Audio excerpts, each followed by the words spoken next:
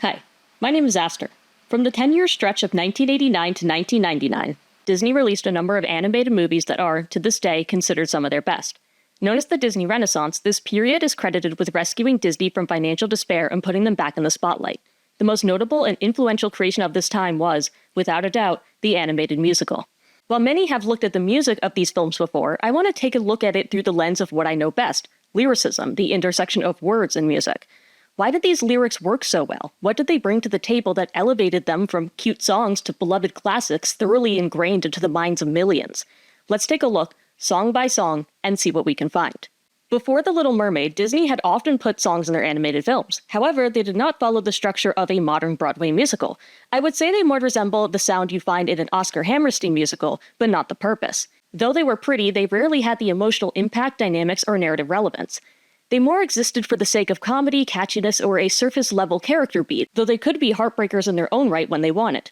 This isn't a bad thing at all. They did what they had to do. Snow White was never meant to be Oklahoma, and Alice in Wonderland was never meant to be Singin' in the Rain. In the late 1980s, Disney brought on two men for their music team, composer Alan Menken and lyricist Howard Ashman. They were fresh off Little Shop of Horrors. A bit of a strange hire in retrospect considering the insanity of that show, but to say it paid off is the understatement of the century. See, Ashman brought in a critical belief. Musical theater and animation were made for one another.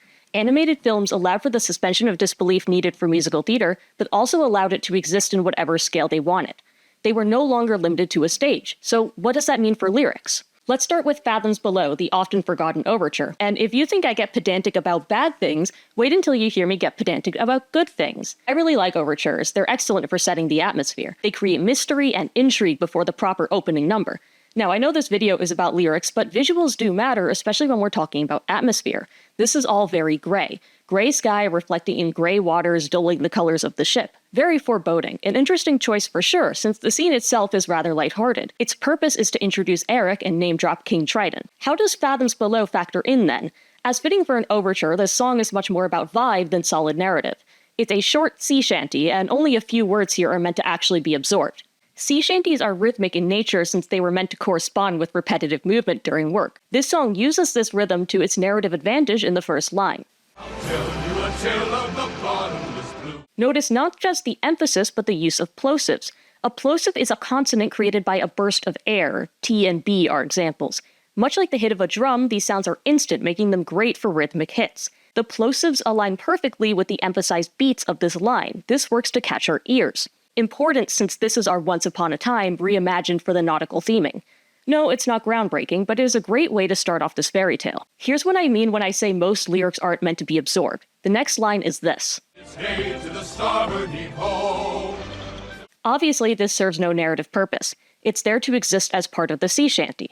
The next line only wants you to hear one word, and it's cued by the visual and the ever so slight stress. Now, Madam Mermaid be waiting for you in mysterious fathoms below. Another reminder that visuals matter. Our brains see the mermaid, and we hear mermaid when it's said, and it seems slightly louder. The rest of the words in this sentence are irrelevant. We just need to get that word in our head. Mysterious fathoms below is there for little more than the sound. The words mysterious and fathoms, even when sung loud and clear, still carry a sense of anxious secrecy.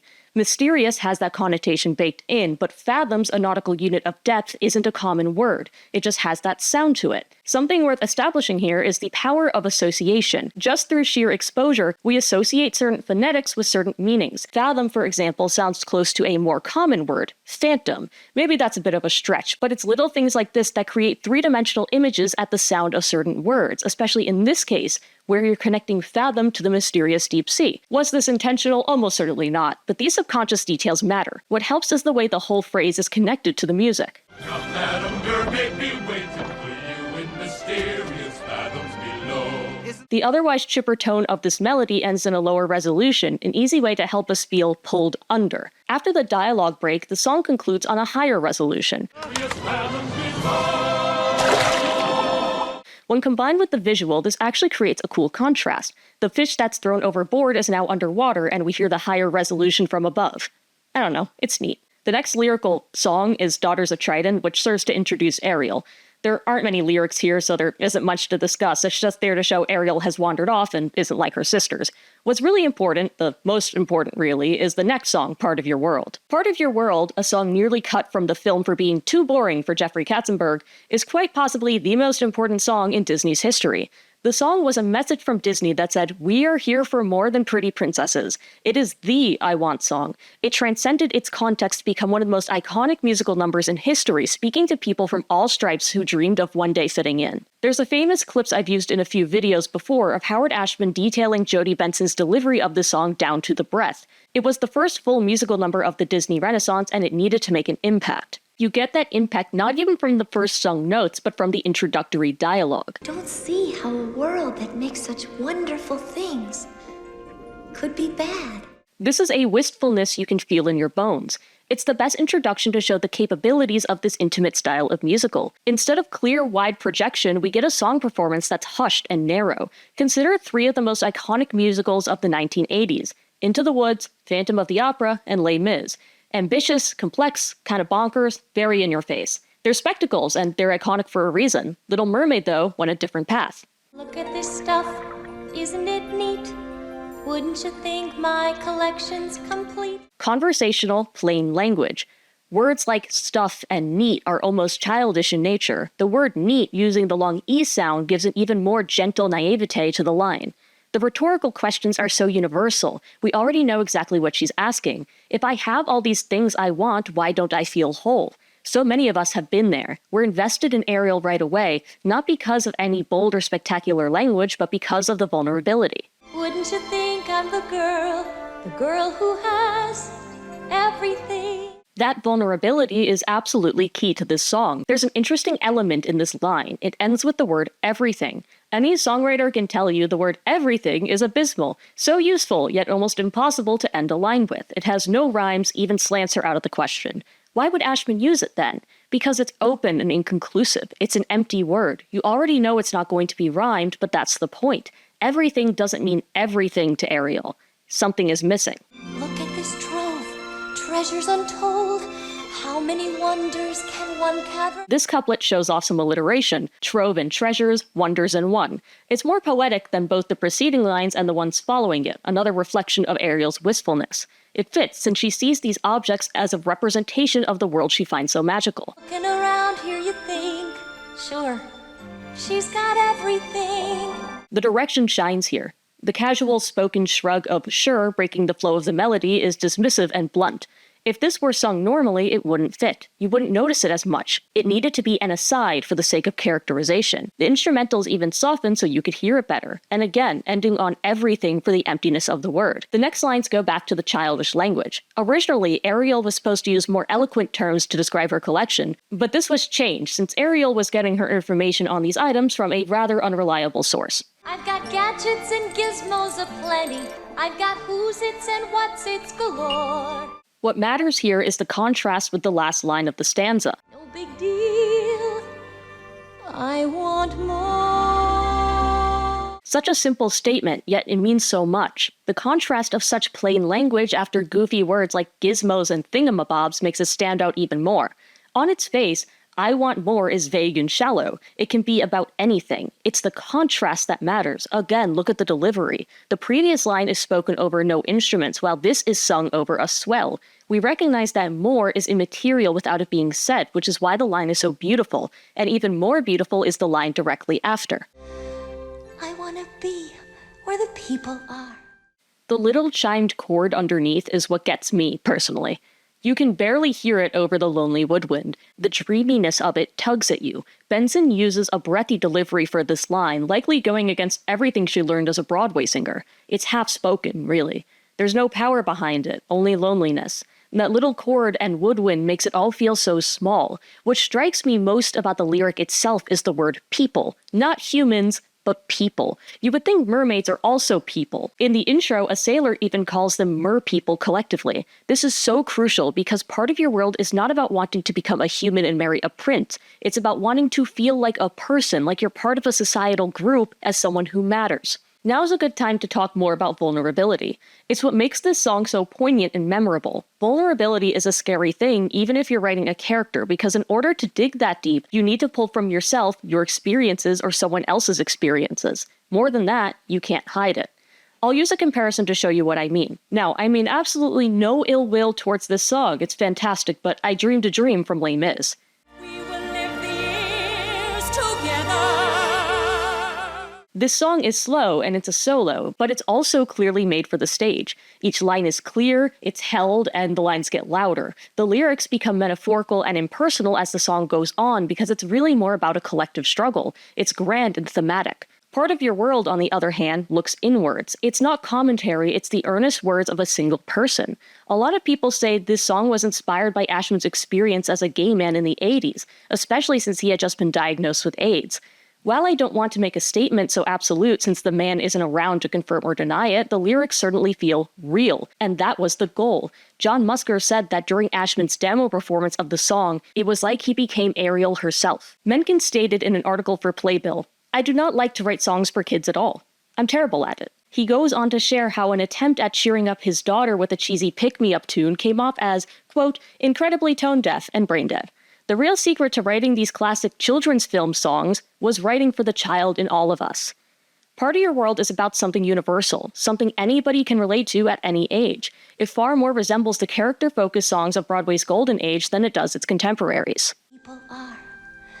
I wanna see 'em dancing. Notice the repetition on the second line. I've criticized songs before for using repetitive language, as it wastes precious space. Here, though, it adds that vulnerability. In nervous excitement, Ariel is repeating herself. It reaffirms her emotion. We see this in the following line, too. Walking around on those, what do you call them? Oh, feet. She's getting ahead of herself, saying the sentence before she even bothers to remember the proper terms. It goes back to what I was saying about the simplicity and childishness of the language. You see it again here. Too far, legs are required for jumping, dancing strong. Dancing is actually rhymed with itself here, another big no-no if you go by the book. The reason you don't notice it is because both the lines are transitional. The stanza is structured in an ABC rhyme scheme, yes, but there's also a matching grammatical structure. A, period, B, comma, C, period. I want to be where the people are, period. I want to see them dancing, comma, walking around on those, what do you call them, feet. It's pretty cool what you can do to get around the rules and have no one notice. The word dancing was also an effective choice. Like I said earlier, our instinctive or subconscious associations are an important factor in word choice. Dancing carries connotations of freedom and self-expression. That may be why it was chosen to be repeated, to really put that concept in your head, as the ability to be yourself is a major part of feeling like you belong. Up where they walk, up where they run. The first line here uses a natural escalation. We understand running to be the next level up from walking, and running is another word we naturally associate with freedom. The second line, however, appears to negate this escalation by using the verb stay. Up where they stay all day in the sun. The metaphor has gone from moving to being in one place. What actually matters here is the phrase in the sun. To be in the sun, to bask in the sun, and similar phrases commonly refer to being able to enjoy yourself without worry, to revel.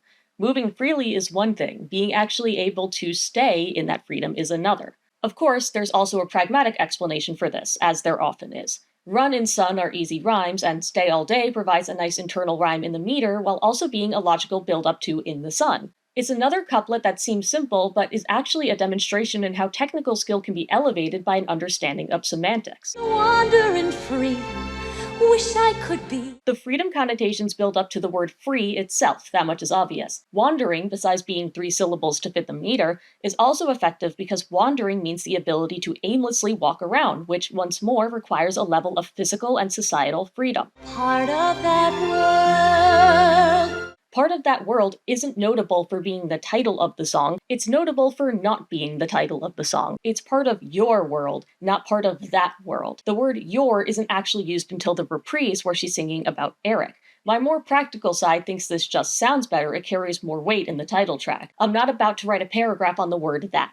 I want to reiterate Ashman's careful direction of Benson's performance here. It's fundamental that Benson didn't belt or over-sing because that was not the point. Ariel wasn't on stage announcing her worries to the world, she was in a grotto verbalizing her thoughts to herself and tangentially Flounder. Ashman even turned down the lights in the recording studio to put Benson in the right headspace. There was a relatively small gap between the song's sort of title and the beginning of the next verse. What would I give if I could live out of the... You'd think you'd give the title some time to sit with the audience and be absorbed, but again, not the point. Ariel's excitement drives her right into the next lines. Verse 2 does not at all resemble verse 1 structurally. What would I give if I could live out of these waters? Why? Well, why would it? The tone is different now. Going back to the more hesitant and spaced out structure of verse 1 would be counterintuitive. Ariel is now caught up in this expression of her dreams, and the lyrics need to reflect that. What would I pay to spend a day warm on the sand? Internal rhymes are in nearly every line of verse 2, and putting less space between rhyming words creates this audio illusion of a faster tempo and in turn creates more energy. That's why haphazardly using internal rhymes can make a song sound awkward. You're playing with the rhythm and there's no intention behind it. They understand, but they don't reprimand their daughters. The imperfect delivery here allows for more subtleties to come through, like the slight delay on the word reprimand, showing Ariel's disdain towards her father and perhaps a hesitation towards the slightly more advanced and charged language. The instruments pulling back reflects her briefly returning to reality as she remembers her situation. They return when she goes back to singing about the world above. Bright young women, sick of swimming. Women and swimmin' is a killer rhyme, as an aside. Ashman really loved to come up with delusional rhymes and make them work. Much like the previous stanza, this stanza also goes right into the next one. Ready to know what the people know. The last two words of that line being spoken reflects what this is really about. Not the human world items that Ariel has collected, but the deeper knowledge and understanding of that world. That's what excites her most, and that's what the next lines are about too. Ask them my questions and get some answers. This pre-chorus follows the structure of the previous one in that it starts with that same ABC rhyme scheme, but it doesn't actually complete it. It's one half the previous chorus. This was likely done for the sake of pacing. It was time to get to the point. What's a fire and why does it, what's the word, burn? A poignant contrast to the first pre-chorus. Ariel wants to know the bad of the human world too. Though she has a sense that it exists, she sees it as part of the life she wants. Again, this is all Ashman needed to say, no need to elaborate, so the song can move on to the final part. When's it my turn? Wouldn't I love? The extra rhyme here, burn and turn, is a great transition to the second chorus because it builds momentum. It feels bigger. Wouldn't I love to explore that shore up above? Another internal rhyme, explore and shore, is in the same position as stay and day in the previous chorus. Here, though, it feels more emphasized because of the context of the climax. As far as the delivery on above goes, it still isn't being belted, it's in more of a mixed vocal delivery between chest voice and head voice. It isn't even a particularly high note, because I cannot express this enough, that is not the point. Out of the sea. Look at the visual here. It's iconic. Ariel reaching through the crevice at the top of the grotto she cannot fit through, the light from above shining on her face. It's a profoundly lonely image. Ariel then sinks back down, the light still on her as she sings the final lines. Part of that world. This being the first real song in the movie speaks volumes. No flashiness, no intricate rhymes, no big notes, just a girl talking to herself. Of course, Ashman and Menken could do that other thing too. Under the Sea won an Oscar, the first of many Disney Renaissance songs to do so. It's framed as Sebastian the Crab trying to convince Ariel not to pursue her dream of going to the human side of things. I don't think any sound is associated with this movie as much as the xylophone and steel drum riff at the beginning of this song. Under the Sea takes a lot of cues from calypso and reggae, genres with strong roots in the Caribbean, naturally suiting Sebastian and his Trinidadian accent. I want to point out something quickly about the introductory spoken lines. Ariel, listen to me. The human world, it's a mess. The human world. Remember, Ariel does not use the word human in part of your world, she uses people. Sebastian does not use people in this song since he doesn't understand Ariel's true desire. He believes Ariel just wants to be a human being for the sake of getting away from her father. The seaweed is is always greener in somebody else's lake.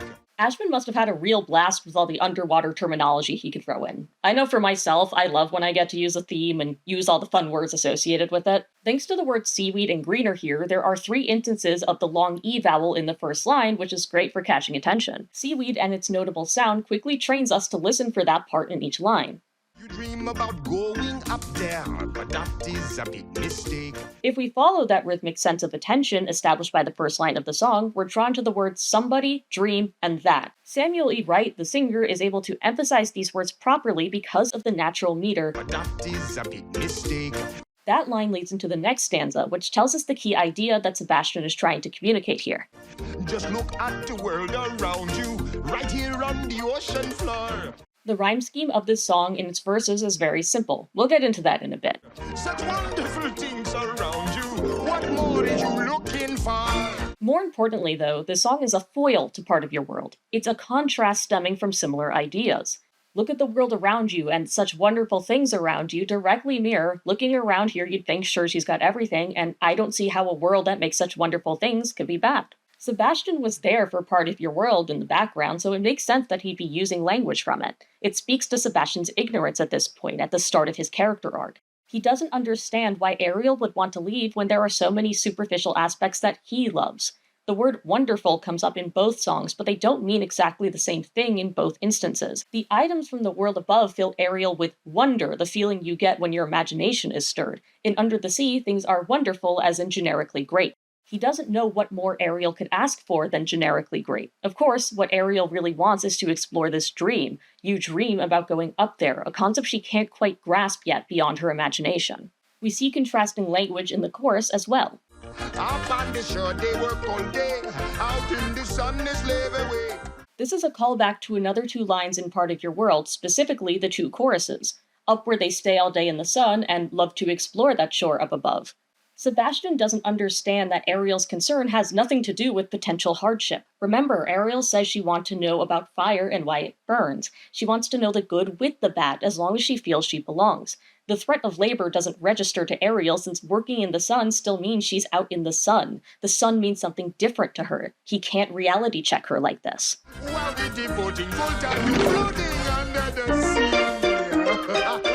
Much like Part of Your World, the chorus also ends on its title after 2 shorter rhymed lines, with the obvious opposite being the desire to go to the shore and the desire for Ariel to stay put underwater. The songs even have contrasting structure. Under the Sea has a tight song structure. Verse, chorus, double chorus, bridge, double chorus. Each part aligns neatly. This is not the case for Part of Your World, which is far looser in its individual parts, and the lines between verse and bridge blur quite a bit. It makes sense. Ariel, the rebellious teenager, was singing about an unknown understanding her own feelings in real time. Sebastian, the royal composer, is singing about what's around him, trying to convince the teenager to not leave by using scare tactics like a 90s drug PSA.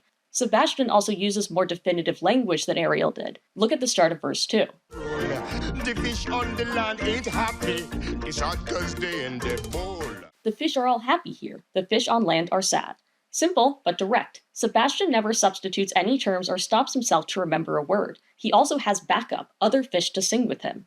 There will be more as the song continues, but what Sebastian doesn't realize is he's only proving Ariel's point. She doesn't belong. The whole community is singing about how wonderful it is. She's the only one who can't connect. It's reinforcing her belief. Why would she care about the other fish being happy? She isn't. But fish in the bowl is lucky. They in for a worse fate. Moving away from the theme of contrast, I want to point out a rare slant rhyme from Ashman. One day when the boss get hungry, Yes, you got me on the plate. Lucky and hungry are in the same positions as around you and surround you in the previous verse. This would usually dictate another set of perfect rhymes in said position. However, lucky and hungry slant rhyme. Both contain the same vowel sounds in the same place, but a perfect rhyme requires a match of consonant sounds as well. Many musical theater lyricists are perfect rhyme purists, since that's how things were for many decades. They won't even accept a rhyme like fake and takes because of the S on the second word.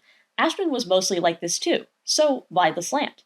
Well, there's 2 aspects to consider. First, the placement. In an A-B-A-B rhyme scheme, the B pair is more important. The stanza is going to end on the B, so it will stick out to us more, and the theory is that a perfect rhyme clicks better and feels more resolute. The A rhyme can have more leeway since it's not going to hold the punchline of the stanza. The other aspect is, well, sometimes you just gotta. Sometimes you just have to put one of these rather arbitrary bullet points of lyrical perfectionism aside and say what you need to say. Ashman wanted this stanza about humans eating fish, but the available words were kind of garbage, so he did the best he could do with them. It's not distracting and it's a cute stanza, so who cares? The joke of the stanza also leads neatly into the joke of the chorus. Nobody beat us, fry us, and eat us in fricassee. The power of context clues. The average child will not know what a fricassee is, but based on the context, it's easy to figure out that it's a form of food preparation. This allows Ashman to use more unusual words, like in Fathoms Below, which opens up the number of rhymes available. This line has a great lead into the next one, too. We want the land folks love to cook.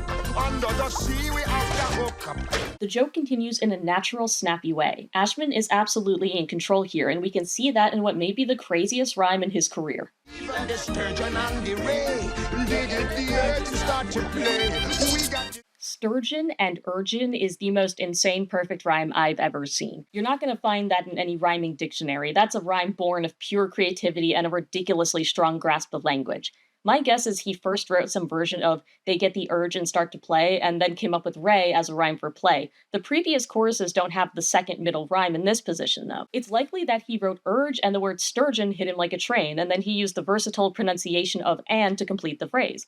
Howard Ashman was something else. The second chorus run through here also features backing vocals from the other fish friends, we got to hear it, you got to hear it under the sea. furthering Sebastian's argument of how everyone here is a happy community. Again, it contrasts Ariel's loneliness. What's the point of a happy community to an individual who can't fit into it? After this, we go into a bridge section of endearing rhymes about sea creatures and instruments. The lute play the flute, the cop play the harp, the bass play the bass, and they sound and sharp. In the movie version, as opposed to the soundtrack version, we get to hear little ornaments of the instruments mentioned, which is adorable. Then there's an instrumental break where Ariel wanders off. Sebastian, of course, doesn't notice because he's having too much fun with this fish orchestra. The final chorus of Under the Sea is weirdly beautiful, even though this is, on the surface, a comedy song trying to argue against the protagonist. Under the sea, under the sea. It's Sebastian's emphatic delivery combined with the backing choir. He sounds so passionate. This is more than just his argument to Ariel, he genuinely feels this much love for his home. He doesn't even notice that Ariel is gone yet. What do they got? A lot of sand. We got a hot crustacean band. The elaborated pronunciation of crustacean provides a fantastic rhythmic emphasis on this climactic lyric. It's a summary of the rest of the song, the thesis even. Sebastian doesn't care for what may be elsewhere, he's happy where he is with the others. Using this unusual pronunciation catches our attention to really drive it home. The song's final lines are a wonderful build-up. First, there's this space between lines in the form of the refrain and a measure of instrumentals. Under the sea. Each little slug here, cutting a rug here. Under the sea. Then it switches to no space between the lines. I love the visual of Sebastian holding the tiny snail, showing that to him, even the smallest person matters in his orchestra. Each little snail here know how to wail here. That's why it's hotter under the water. The double rhymes are being used to reduce the space even further, allowing the lines to keep gaining momentum, building towards the final refrain. Keeping the emphasis on the second to last syllable of each line means the final syllable will be unstressed, preventing a hard stop between the lines. It also feels dynamic. There's an up and down feeling. Under the water, yeah, we in luck here. Down in the muck here, under the sea. Gorgeous. Now, with the lyrical details out of the way, let's talk about song structure. Look at Under the Sea from a bird's eye view. What do you notice? Verse, chorus, double chorus, bridge, double chorus, outro. I don't know how to tell you this lightly, but this is the exact same structure as Enchanted by Taylor Swift. I'm mentioning this because it brings me to an important distinction about The Little Mermaid and Ashman's work with Disney in general. Another influence. Our particular tradition integrates music that has something to do with the culture we're living in, something to do with the popular song, and not another kind of song that's purely theatrical. Somehow telling story through pop music is part of what this is about too.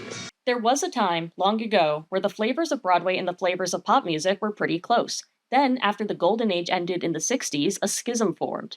By the 1980s, musicals had become their own genre. Fast forward to 2025, and many musical enthusiasts despise popular music, criticizing more infamous modern productions for resembling it too strongly. They might tell you that the complexity of Into the Woods is the goal. The reality is, though, that Ashman wanted the middle ground. He wanted a sound that would connect both the general public and Broadway fanatics, like the musicals of the Golden Age. Under the Sea follows a basic pop structure, but includes snappy rhymes and important character beats. I find it funny when people, including my slightly younger self, criticize modern Disney for trying too hard to resemble pop, asking for a return to the pure Broadway style of the Renaissance. I'd argue that an equivalent jump back for a second Renaissance would be if a Disney musical in the late 2020s went for the style of Wicked. Ashman was able to get a non-musical fan general public to understand musical theater-style storytelling by using pop elements. A viewer who doesn't care at all about theater will still understand the importance of a reprise, for example. The reprise of Part of Your World is a major turning point for Ariel's character. It's not an I want song, it's an I will song. It's a short and powerful affirmation of Ariel's goal, this time with determination. Notice what part of the bass song this reprise starts at. What would I give to live where you are? I want to be where the people are. This is the melody of the original's pre-chorus. We've skipped the entire verse. This fits well, it's the equivalent to the line, I want to be where the people are. While it appears to be a use of basic parallel, there's actually contrast involved. The people is a term used to describe a generic collective, but in the reprise, Ariel is using you to refer to an individual. She had just rescued Eric and gotten her first interaction with a human. Her dream of being with humans is now personified and tangible. What would I do to see you smiling at me? The use of internal rhyme in these 3 lines is a departure from the structure of the original. This may have been done to reflect Ariel's growing determination. In the original, internal rhyme is used before the title line. Like I've said, internal rhyme can help build momentum and communicate a stronger, more excited emotion. In the reprise, it makes Ariel sound more assured. Her heart is pounding in this moment. Where would we run if we could stay all day in the sun? This is an obvious reference to the original, although now more direct. It's a question being asked to an individual that includes him in the matter. This also applies to the next lines. Finally, we get the actual title of the original. Me, and I could be part of your world. This song is not the character development itself for Ariel, it's the cap for this part of her arc.